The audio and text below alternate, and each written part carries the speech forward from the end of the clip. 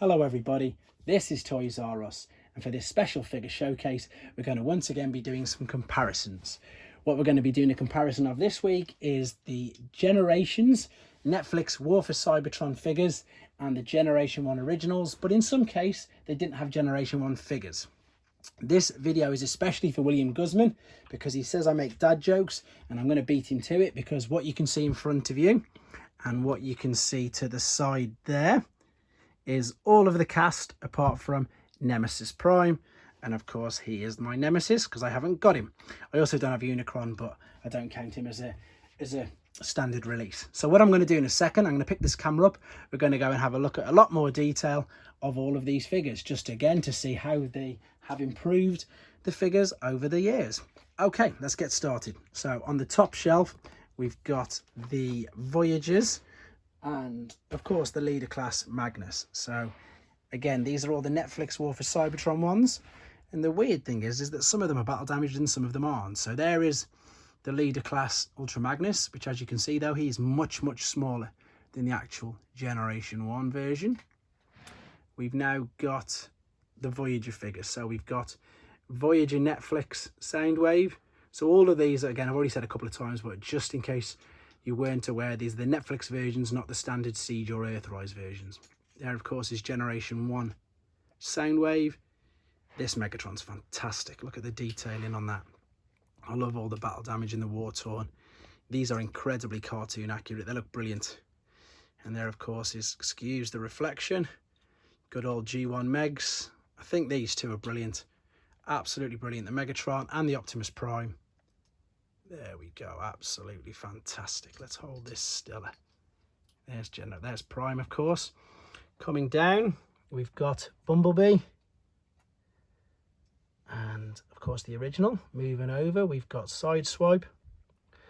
So the deluxe figures, they aren't far off the actual size of the Generation 1 ones as well. Same with, of course, Red Alert.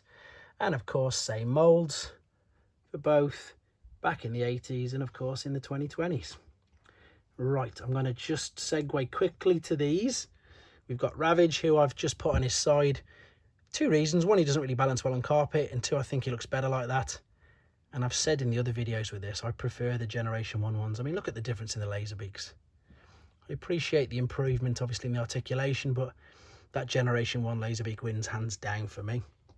Okay, then we've got the teeny tiny Hound, and then the Netflix, and in fact these are probably two of the smallest, Hound and Wheeljack. Brilliant figures though, brilliant figures, loving them. And then I know obviously this is scrap face, and that's one part of reflector, but it's pretty much the same part.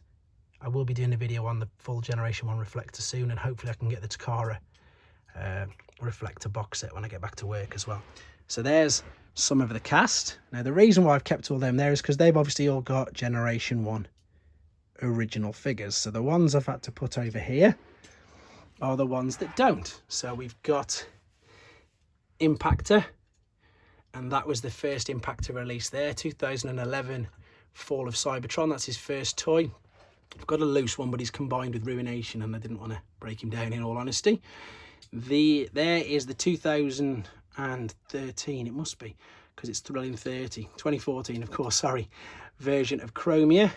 We've got one boxed and we've got one loose. They look very alike, really good. In fact, just while we're staying on these figures, the first Chromia was a Timelines BotCon figure from 2005, and unfortunately I haven't got that. It was a retool redeco of a Black Arachnia figure.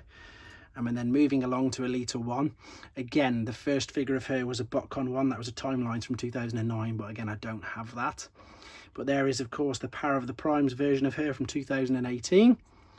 Now, again, disclaimer straight away, I do realise that that is A, not Skywarp, and B, normal Autobot Megatron. So we've got a hotlink at the back, but of course, the nearest and closest version of him is Skywarp there. And of course that's Decepticon Mirage, and the closest version we've got of him is standard Mirage. So there you go, that's the cast at the moment of the Netflix War for Cybertron figures. I'm just going to spin this round now again. Again, I am missing Nemesis Prime, and I would absolutely love someday to be able to get a Unicron as well, but who knows. But there you go. this was exactly that. Hope you liked it, Will Guzman. Again, I beat you to the joke with it. And of course, everybody, please, if you have not already a subscribe, hit that subscribe button for me right now. And of course, thank you everybody else for your likes, comments, and all your feedback. And of course, guys, at this current climate, please take care.